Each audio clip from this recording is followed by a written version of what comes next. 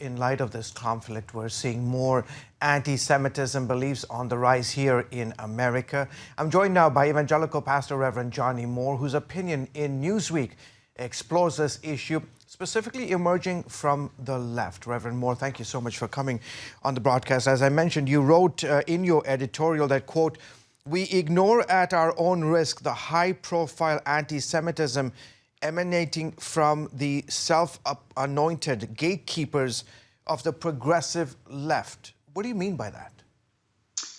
I mean, we're seeing a significant trend in the Democratic Party, in particular, of socialism. But that socialism is crossing over with an anti-Semitic, anti-Zionism.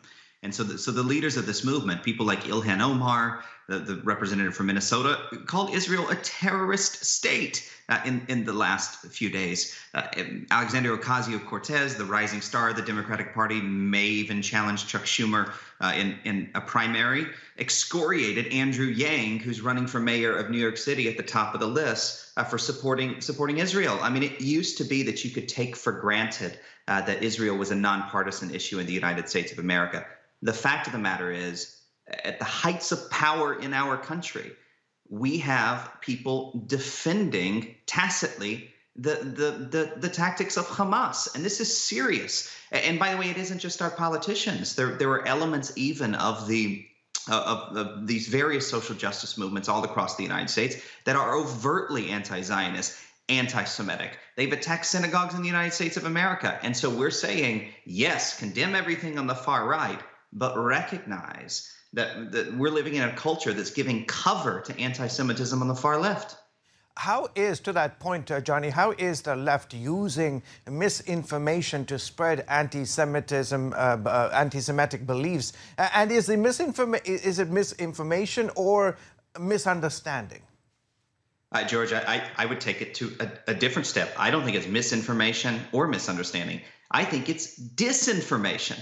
I have watched over recent days as very, very powerful, influential people in Hollywood, cultural figures, social justice advocates, and even members of Congress spread intentional lies handed to them by Hamas and its affiliates in the Middle East through the media in the United States of America. I mean, the most profound example, perhaps, was this image of a tree burning in the courtyard of the Al-Aqsa Mosque in Jerusalem. It happened to also be Jerusalem Day, where young Israelis, celebrate the city of Jerusalem. And a leader of all things, a founder of the Black Lives Matter movement, tweeted a total lie that came from Hamas itself. We're seeing, by the way, images of children that were killed by Assad in Syria, put out on social media by American cultural figures, alleging Israel had killed those children in Gaza. I mean, this is a point for moral clarity. Hamas is a proxy of the Islamic Republic of Iran, the same Iran that the United States government is negotiating with in Vienna right now. It is a designated terrorist group in the United States of America, and there should be no daylight between people of influence in the United States and Israel on this issue. And it's time to call them out. And I want to hear more people on the left call them out.